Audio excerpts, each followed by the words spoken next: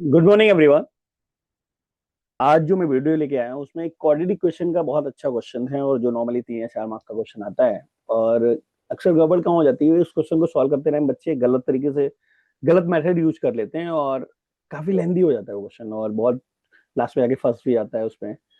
तो मैं वही दिखाना चाह रहा था कि अगर उसको एक कुछ इस तरीके से सॉल्व किया जाए कि चीजें काफी आसान हो जाएं और लास्ट में आते आते कुछ सॉल्व हो रहा हो। कई बार क्या होता है, करने तो बैठते हैं हम सॉल्व और फाइनली वो फंस जाता है और वो सॉल्व होने की जगह जो क्वेश्चन डरावना दिख रहा था सोल्यूशन उससे ज्यादा डरावना हो जाता है। तो वही सारी चीजों को एक साथ देखते हैं कि ऐसा क्या करें उस क्वेश्चन के साथ कि थोड़ा सा आसानी से और सिंप्लीफाई होता हुआ आए वो। तो चलो फिर स्टार्ट करते हैं। ओके, क्वेश्चन है अपना quadratic solve for x 1/(x minus 1 x minus 2 plus 1/(x minus 2 x minus 3 plus 1/(x minus 3 x minus 4 equal 1/6। ये सॉल्व करना है, एक्स की वैल्यू फाइंड करनी है आपको। ओके, तो चलिए स्टार्ट करते हैं इसमें। तो कुछ लोग क्या कहते हैं कि सर डिनोमिनेटर इक्वेट करते हैं और आंसर आ जाएगा, उससे आंसर आएगा, बिल्कुल आंसर आएगा, लेकिन बहुत टाइम लगेगा। तो अभी हमें करना क्या है, पहले तो सबसे पहले हमें समझना पड़ेगा कि कुछ ऐसा जिससे थोड़ा ये हल्का हो जाएगा। देखो ना, डिनोमिनेटर इक्वेट करते हो तो ध्यान से देखो तो क्यूबिक बनेगा डिनोमिनेटर में, क्योंकि तीन तीन टर्म्स हो जाएंगे, तीनों टर्म एक्स के हो जाएंगे और वो क्यूबिक आ जाएगा। तो कुछ ऐसा जिससे क्यूबिक के झमेले से बच जाए और थोड़ा सा आसान से दिखने लगे क्वेश्चन, और हमें सॉल्व करना है ना, वही टफ तो ना करना है। तो देखो हो क्या रहा है। तो कुछ ऐसा जो मैंने कहा, तो नॉर्मली देखो न्यूमिनेटर में तुम देखो तो न्यूमिनेटर में तुम्हें क्या दिख रहा है, वन दिख रहा है। तो इस वन को कुछ ऐसा लिखें जो डिनोमिनेटर के जैसा ही दिख रहा हो। तो अगर ध्यान से देखो, तो अगर मैं डिनोमिनेटर में जो दो टर्म्स दिख रहे हैं उनको आपस में अगर मैं तुमसे बोलूं कि उन्हें आपस में माइनस करना है, तो तुम देखो क्या होगा। और चलो देखते हैं। तो इससे हमें मिलेगा x माइनस वन को अगर मैं x माइनस टू से माइनस कर दूं, तो यहाँ लिखा वो तो वैसे लिख दो, उसमें कोई दिक्कत है नहीं। अब कुछ लोग कहेंगे सर ये कैसे आ गया। और देखो बात समझो, ये आया कैसे, ध्यान से अगर देखो ना, x minus one minus x minus two जो तुमने लिखा, उसको अगर सिंप्लीफाई करते हो तो वन के बराबर आता है। इसका मतलब ये है कि भाई मैं वन को ये लिख सकता था और मैं यहाँ लिख दिया।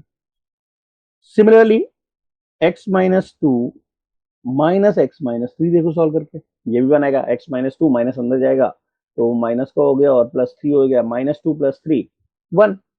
तो ये और वो क्वेश्चन ऐसा सेट है भाई कि न्यूमिनेटर आप आसानी से ऐसे लिख पाओगे, क्योंकि भाई मैथ्स है तो ऐसे ही कुछ भी नहीं लिखता, सोच समझ के।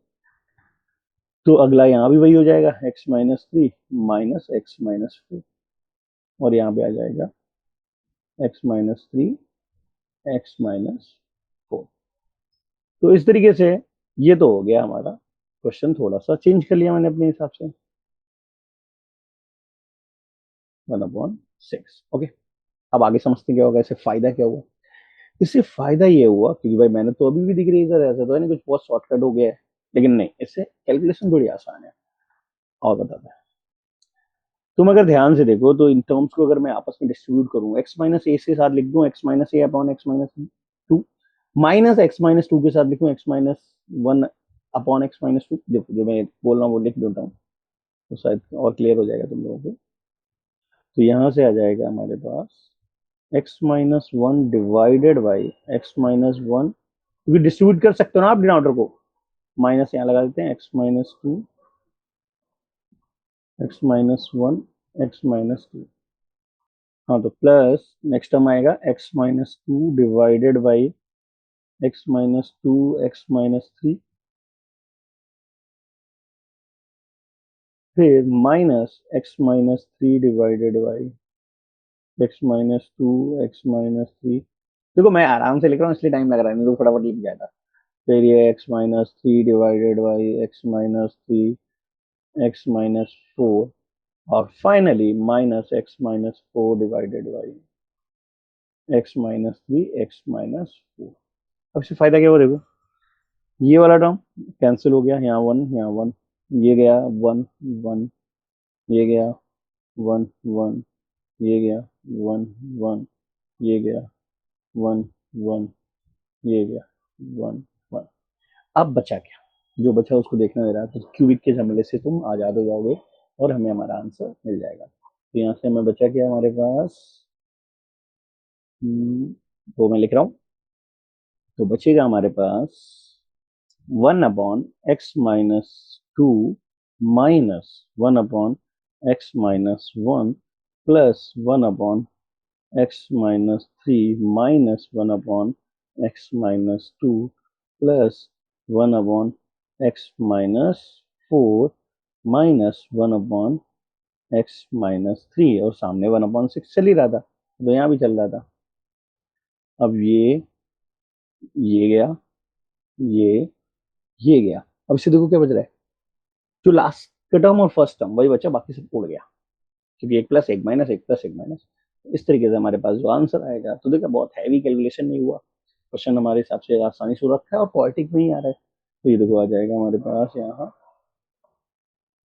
1/x-4 माइनस 1/x-1, और ये 1/6 हो गया।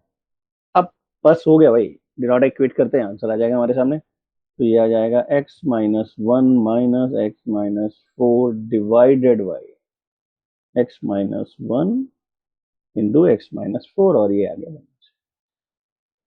थोड़ा और सिंप्लीफाई करें और हमें हमारा आंसर, ये आंसर ऐसा नहीं 1 नंबर या 2 नंबर में आता है, ये जब भी आएगा कम से कम 3 नंबर का तो आएगा। तो इतना तो बनता है, 3 नंबर का क्वेश्चन है तो यहाँ से हमारे पास आ जाएगा, फिर से वही एक्स एक्स कैंसिल आउट, यहाँ पे बचेगा 3, और यहाँ आ जाएगा x² माइनस कितना, -x, -4x तो 5x, और +4 हो जाएगा, और सामने है 1/6। तो इस तरीके से आंसर आ जाएगा तुम्हारे पास x² माइनस 5x+4 के सामने मिलेगा 18, और इस क्वाड्रेटिक को सॉल्व करेंगे और हमें आंसर मिल जाएगा। तो ये देखो आंसर आ गया तुम्हारा x² माइनस 5x-14 को सिंप्लीफाई करने के बाद। अब इस क्वाड्रेटिक को सॉल्व करना है, ये आपका फाइनल में आएगा। अब बात आती है कि x² माइनस 5x-14 को ऐसे क्या फैक्टर्स करें जिससे हमें हमारा आंसर मिल जाए। ये क्वाड्रेटिक आ गई आपकी। अब हमें करना क्या है, इस क्वाड्रेटिक में जो जो -14 लिखा है, -14 है, तो जब भी निगेटिव आता है आपका, ये a और c का मल्टीप्लाइड निगेटिव आता है, तो हमें देखता है कि उसका दो फैक्टर जिनका डिफरेंस 5 होता हो और मल्टीप्लाइड 14 आता है। तो मुझे साफ साफ दिख रहा है 14 के दो फैक्टर 7 और 2 होते हैं, जिनका डिफरेंस 5 होता है और मल्टीप्लाइड 14। तो बस तुम्हें हमारा आंसर मिल जाएगा यहाँ पे। तो इस तरीके से हमारा आंसर आ जाएगा x² minus 7x plus 2x minus 14 equal to 0।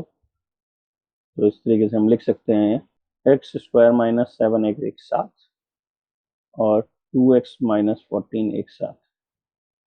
यहाँ से x कॉमन, यहाँ से x माइनस 7 और यहाँ से 2x माइनस 7, तो x प्लस 2 और x माइनस 7। तो इस तरीके से x प्लस 2 को 0 के बराबर करते हैं, तो x की वैल्यू आएगी -2, और x माइनस 7 को 0 के बराबर करते हैं तो x की वैल्यू आ जाएगी 7। ओके, तो ये इस पूरे क्वेश्चन का वर्किंग है, और हम इस तरीके से अपने क्वेश्चन को सॉल्व करते हैं। मैं ये नहीं कह रहा कि यही मेथड है, और मैं ये नहीं कह रहा कि तुम इसे लिखो, लेकिन ये तो तय है कि इससे कम कैलकुलेशन में और कोई तरीका नहीं है इसका। और भी होंगे, क्यूबिक बनेगा, फिर क्यूबिक कैंसिल आउट भी हो जाएगा, क्वाड्रेटिक वापस से आ जाएगा, सब कुछ है, आंसर भी वही आएगा, पर इसमें थोड़ा डरावना कम लगता है। बाकी आपकी मर्जी है, ऐसा जाए जो चाहे वो कर लो। ठीक है, फिर आज का वीडियो मैं स्टॉप पे यहीं करता हूँ। Bye bye, take care.